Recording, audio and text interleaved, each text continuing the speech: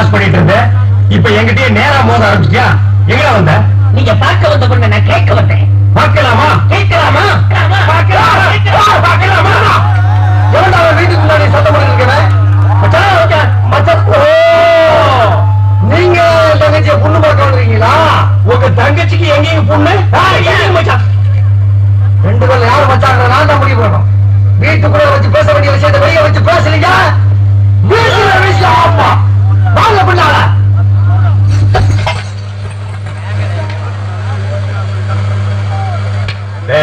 அந்த பொண்ணு கிடப்பான மனப்பால் குடிக்காதா? கழுதப்பால் குடிச்ச கருங்காட்டே.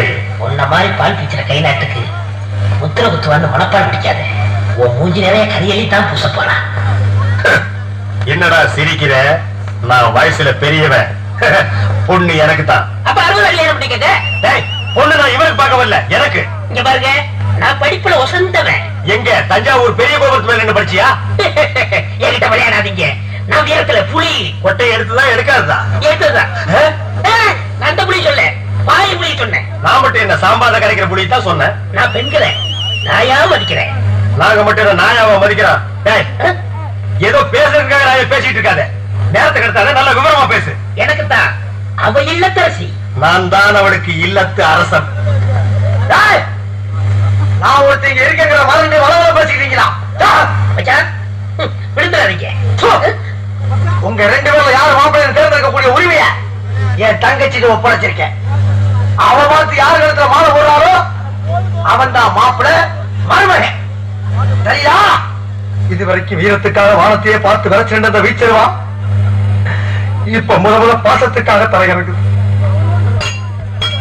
இப்பாச மலர, அந்த பவள மல்லிய, பாரிஜாத பூவ, அந்த மேகலைய இங்க கூட்டிட்டு வர்றேன். அது வரைக்கும் சத்தமே வரக்கூடாது. மேகலை, மணி மேகலை. நிச்சயமா அந்த மாலை எனக்கு தான். டேய் தபால் டப்பா, நீ வச்சிருக்கிறது பேரு மூஞ்சியாடா. இந்த தபால் டப்பா கழுத்துல ஒரு மாலை விழுகுதுன்னா அது நீ செத்ததுக்கு அப்புறம் தான். அத நல்லா நீ ஞாபகத்துல வச்சுக்க. அக்கா பொண்ணு வருது.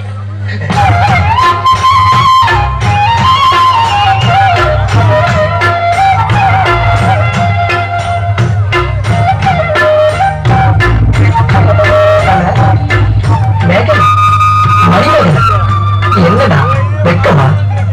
பிள்ளைங்க வந்திருக்கானுங்க பாருடா. பொத்தி பொத்தி வளர்த்த பிள்ளை மேகலை, அதனால அதுக்கு வெக்க விட்டு போக இருக்காதுங்களா பின்ன? சிரிடா சிரி.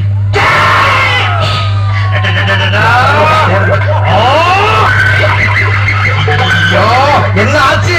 பண்ணிட்டியடா தங்கச்சி. இந்த ரெண்டு பேர்ல உனக்கு யார பிடிக்குதோ அவங்க கழுத்துல மாலையை போட்டு கனவா தேர்ந்ததுக்கு தாய்.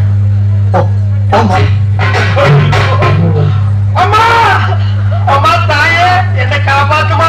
என் கழுத்துல மாலை போட்டு என் வாழ்க்கையை வீணாக்கிறாதம்மா. கால விழுந்தா விட்டு என் தங்கச்சி உன்னை கட்டிக்கிறாங்க. மனப்பால் குடிக்காத நாய.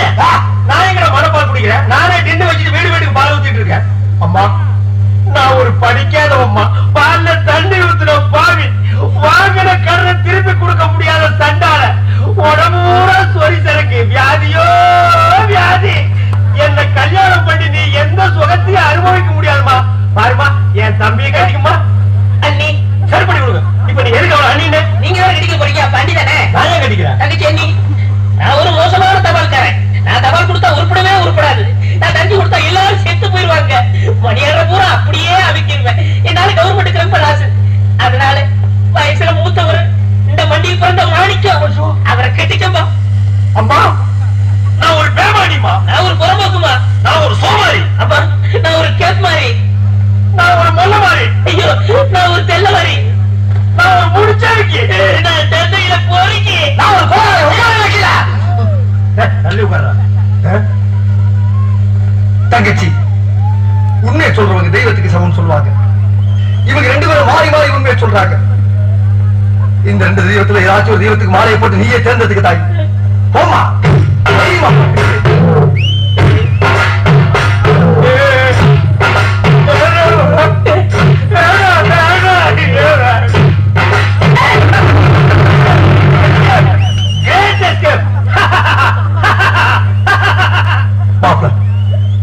என் மணிமேகலை கல்ல இருந்து கழிவோடு கண்ணீர் வந்த ஆட்சி அவ சாவுக்காகத்தான் வரணும் தவிர அவ வாழ்க்கையில வரப்படாது.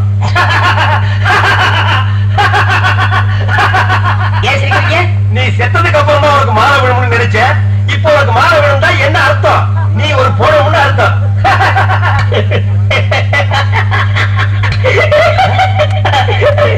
ஐயோ, அட பாவி, இந்த துக்கத்தில் உனக்கு எப்படா சிரிப்பு வருது? இந்த மூஞ்சிக்கே உங்க மூஞ்சி பிடிக்கலையே, இனிமே உங்களை எவன் கட்டிக்கிற போறா அதை நினைச்சே சிரிச்சேன்.